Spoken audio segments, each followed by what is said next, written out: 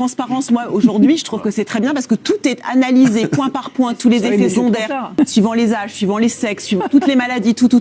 Et voilà, il y a eu donc effectivement 18 décès avec AstraZeneca, sachant qu'aujourd'hui en France, 18 globalement, décès, c'est énorme. Hein. Et j'espère que AstraZeneca paiera et indemnisera et que tous ceux qui sont c'est liés. Vous savez, on n'indemnise pas une mort. Mais c'est comme quand on dit fumer tue. Et ben il y a des gens qui fument pas et qui ont un cancer, il y en a qui continuent à fumer et qui n'auront jamais de cancer. Voilà.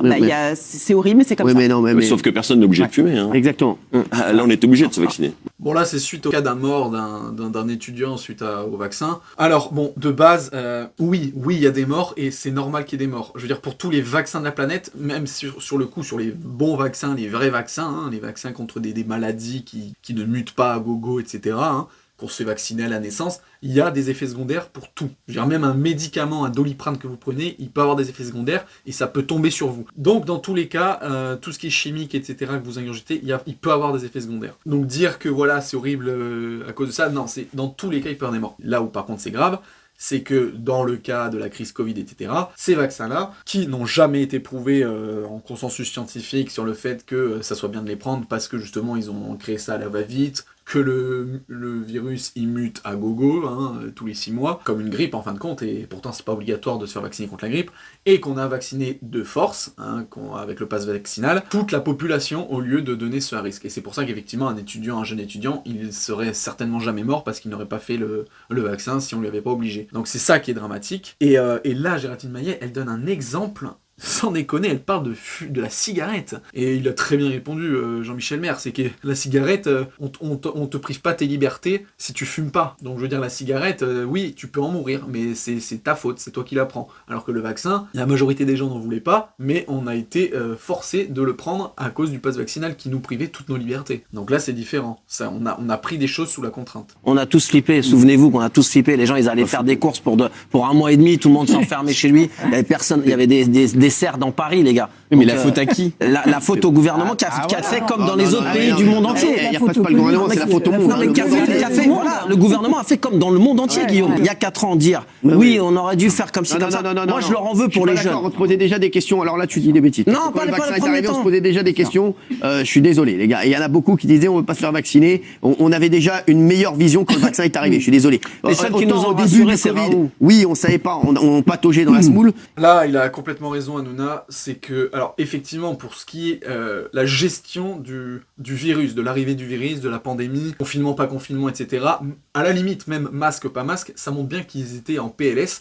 On peut juger que c'était de la merde ou que c'était bien, ou peu importe, mais ça, à la limite, c'est le moindre mal. Effectivement, le monde entier était en PLS. Que ça soit calculé ou pas, peut-être. Je veux dire, c'est pas le plus grave. Ce qui est abusé, c'est les vaccins. C'est qu'effectivement, les vaccins, on avait le recul. Ils sont arrivés 1 an et demi après. Comme il le dit très bien, c'est que autant le confinement, je pense même que la majorité des gens l'ont accepté, autant le vaccin, les gens n'en voulaient pas. Les personnes à risque, oui, mais les personnes pas à risque n'en voulaient pas. Il faut pas comparer le confinement au début en mode tout le monde avait peur et tout, et en mode le vaccin. Oui, les gens étaient inquiétés de l'arrivée du virus, mais parce que oui, comme il dit effectivement, c'est que c'est le gouvernement aussi qui nous a fait flipper. Je veux dire, si nous on nous dit il y a un virus qui arrive, un coronavirus, c'est comme une grippe, on n'aurait pas eu peur. C'est juste que les médias nous ont fait paniquer. Donc c'est normal qu'on réagisse avec peur au début sur le moment, et en tout cas pour le vaccin, on n'en voulait même plus parce qu'on avait plus peur du Covid. Hein. Ils ne reconnaissent pas les enjeux financiers. La vérité, c'est que ça a été à la course à qui fait le vaccin C'est le vrai. plus facile pour empêcher des milliards. Pour des milliards, on a tué des gens. Et là, le scandale. Bah oui. Franchement, il faudra savoir un jour à quel point les lobbies des pharmacies, enfin des laboratoires, ont poussé pour que le vaccin soit généralisé à toute la population. Ça, faudra le savoir, parce que c'est forcément... Et moi, je pense, contrairement à ce que dit Guillaume, je pense qu'en fait, on sait tout et on nous dit tout et on nous cache rien. Et par rapport, par exemple, aux dizaines de millions de doses, par exemple, de Pfizer ou de Moderna, en fait, s'il y avait eu vraiment des effets secondaires catastrophiques et tout ça, on le saurait. Donc là, pour une fois, Guillaume Janton dit quelque chose de vrai, c'est qu'effectivement, tout ça, ça a été un gros business, on l'a vu avec les milliards que Pfizer a encaissés pour la vente de ces pseudo-vaccins. Et donc, on a toujours la parole pro-vaccin de Géraldine Maillet, parce que je pense qu'elle est payée, parce qu'elle est vraiment pro-vaccin, genre, elle n'utilise même pas son cerveau. Quand elle parle de cette chose-là, elle l'enlève et elle le met à côté. Et elle récite ce qu'on lui a dit. Elle dit la phrase excellente, je pense qu'on nous dit tout, qu'on sait tout, etc.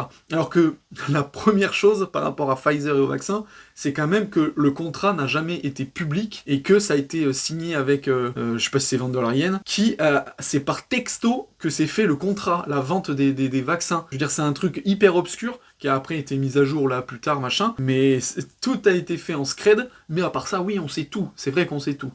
Vraiment, mais en fait, elle devrait mettre un petit badge sur le côté avec marqué pro-gouvernement. Ça serait plus clair.